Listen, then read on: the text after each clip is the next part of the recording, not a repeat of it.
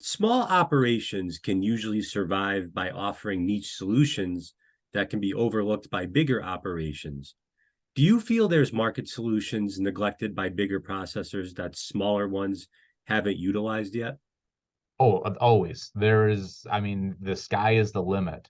Some of the time it can be frustrating as a small guy because we don't do typically one set thing and just do that. We kind of bounce around. We do a lot of different aspects.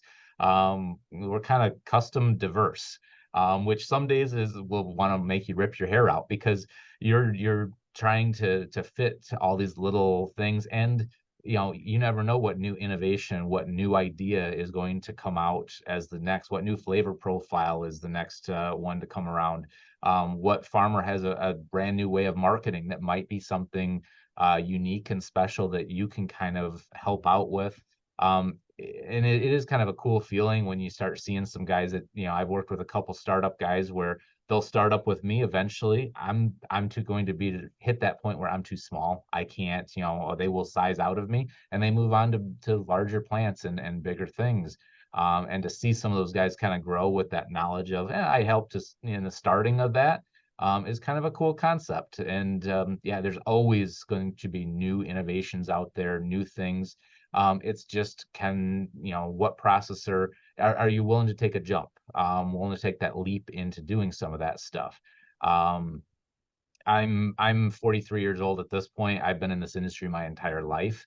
So when I was 20, 25, there was a lot of coming to dad going, "Hey, I want to try this something new. Let's try." As I've gotten a little older, I get a little more stuck in my ways, and I think all of us kind of do that. But some of the time, having some of that youth, I have a 14-year-old son, and seeing some of the things that as he gets excited on things, go, oh yeah, that's that still looking for those new ideas and looking to materialize and just try it. And the small processors definitely have that opportunity, availability to fill in those little areas that the big guys would look at now and go, no, it's not really something we want to pursue, or they don't have, it's just doesn't fit into the system. So being small definitely gives us a lot of flexibility. It can create some stress, but it also gives us that ability to create unique products or go a different route that someone else hadn't thought of or needs to try. And some of them may be a failure, but some of them may be a success down the road also. Now, with widespread reports of small processors shutting down after a couple of years, do you feel large processors will come to dominate the market in the future, or do you think there will be optimistic windows of opportunities for small processors to thrive? I think there's always going to be those windows of opportunity. It's the COVID kind of showed us a little bit of that issue with the supply chain, that we have a lot going through the big guys. At the same point, we don't have capability for the small guys to carry the whole world. So we once again, it's working in harmony together.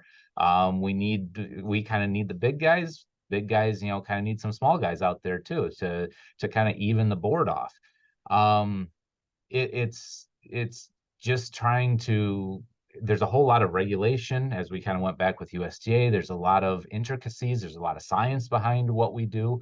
And it's difficult for someone to just kind of come in and go, you know what? I think I see that we need food. I'm going to help make food and really fully understand what is being produced, what's going on, all the science behind it, all the ins and the outs. There's so it does make it difficult when you come into this industry green and you really need to have contacts. You need to know if you don't have a good source at a university somewhere, you need assistance. You need mentors. You need people that have been here before and done this. And the meat industry is full of them. And a lot of them are really open and willing to talk, but it's, are you willing to find them and get those connections and find that when something does go wrong, and it will go wrong, something will not happen right. Can you call someone and get that, that ideas of how to fix this, or are you okay?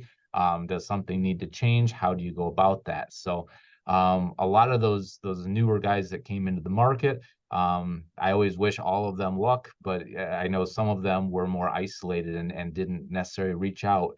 And even if you look around the successful guys, in going from big plants to small plants and everything in between, they always have connections. They have people that they know and they have sources. And those are all very important things. And it's just trying to get all those connections laid out and situated. In a couple years, that gets kind of difficult. So some of those young guys that just came in, hopefully they can get a grasp somewhere and have a lifeline and be able to get that information that they need.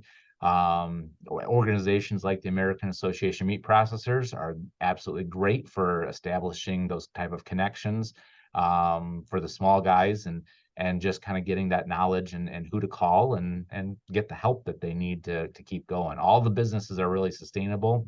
Everyone has to eat. It's a product that's, you can't just stockpile it. The food supply is constantly moving and changing. So there's always demand, always, that need for it. But it's whether you can figure out all the intricacies to make it a profitable part of your life, and able to keep providing that food that everyone needs and relies on. Great. Well, that's all the time we have for today. Tom Eickman of Eickman's Processing Company, thank you so much for your time. We really appreciate it. You're welcome. I thank you for having me. And thank you all for watching.